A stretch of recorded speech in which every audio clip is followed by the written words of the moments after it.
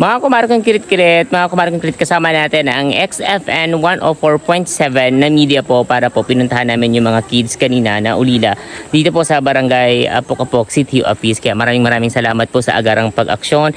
And of course maraming salamat kay Board Member Rafael Ortega sa tulong niya po na binigay at nakaabot po kami ng tulong sa mga kabataang na ulila po dito sa Barangay Apok-Apok.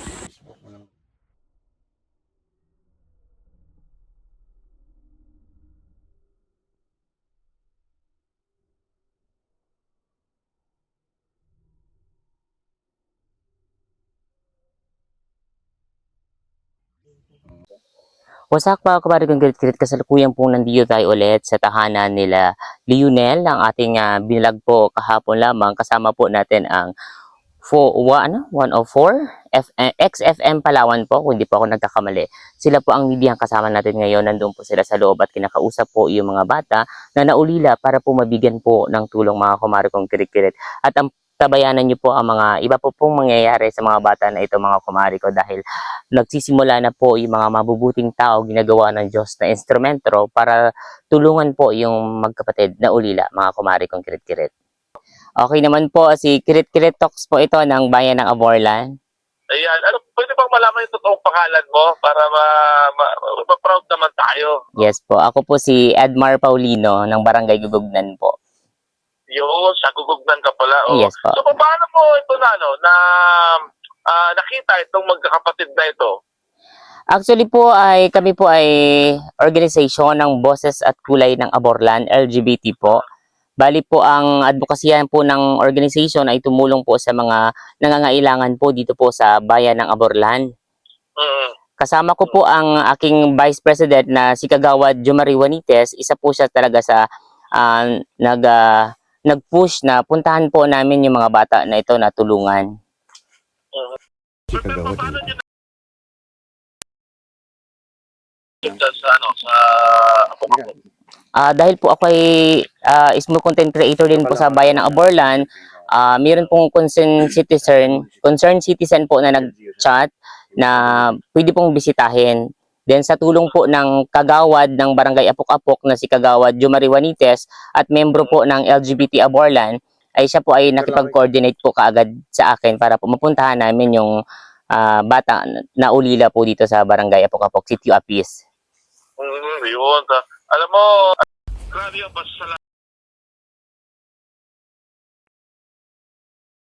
out, no?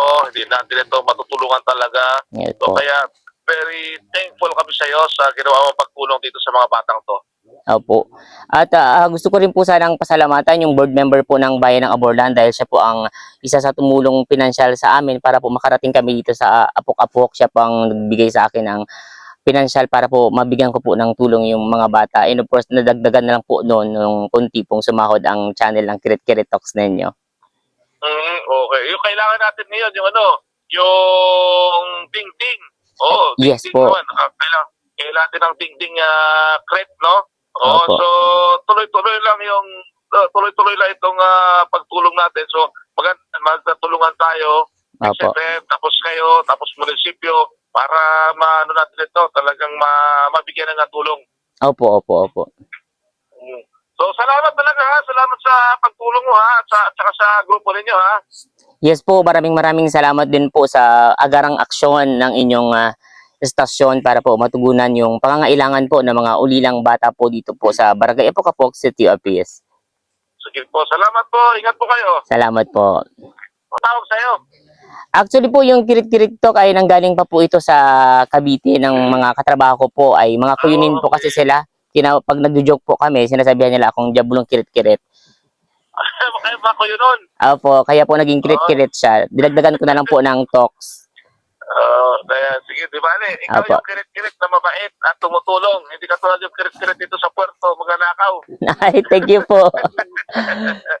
Sige po. Thank you po. Nag-advocacy nila to ng pagtulong dito sa mga tao na ito.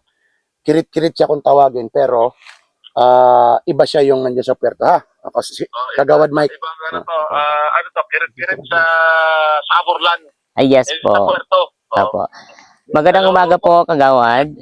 Ay, maganda. LGBT community na accredited na ngayon dito sa Borlan at sa iba pang mga lugar, ang kanilang advocacy, yung pagtulong dito sa mga katulad nitong mga kabataan na ito dito sa Borlan na medyo hirap katropang Mike, no? At nailapit sa atin ito nung kahapon lang actually, at trending na siya doon sa Facebook page ng XFM Palawan. Nasa 35,000 views na siya, nasa 200 comment na ibig sabihin trending na siya. So nakapukaw na ng pansin ito katropang Mike sa ating mga kababayan. So ngayon dito sa atin serbisyong katropa, sinadya natin ngayong araw na ito kirit-kirit. Pero kirit-kirit ng Aborlan ito. Oo, kirit-kirit, mabuting kirit-kirit yan, katropang Mike. Yan yung bansag sa kanya dito. Mamaya makakausap natin siya kung paano niya nakita ito at paano inilapit. Kausap, ito yung dalawa, nakikita mo sila? Kita-kita natin, maganda yung tingnan. Lapit mo ron. Itong ginagawa nitong dalawa, Mike, mga kaibigan, sahig. Di ba? Kunin mo muna yung ano natin dyan. Bigyan natin sa kanya. Naka-live to. Ha? Naka-live. Naka-live ka? Yes, sir. Ako na.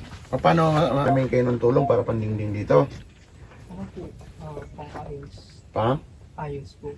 Kumbaga magpapanibago kami ng gawa ng bahay. Babaguhin nyo to.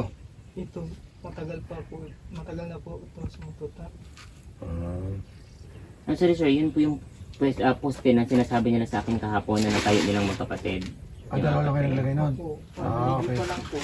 Walang problema sa materialis. Maraming kahoy dito.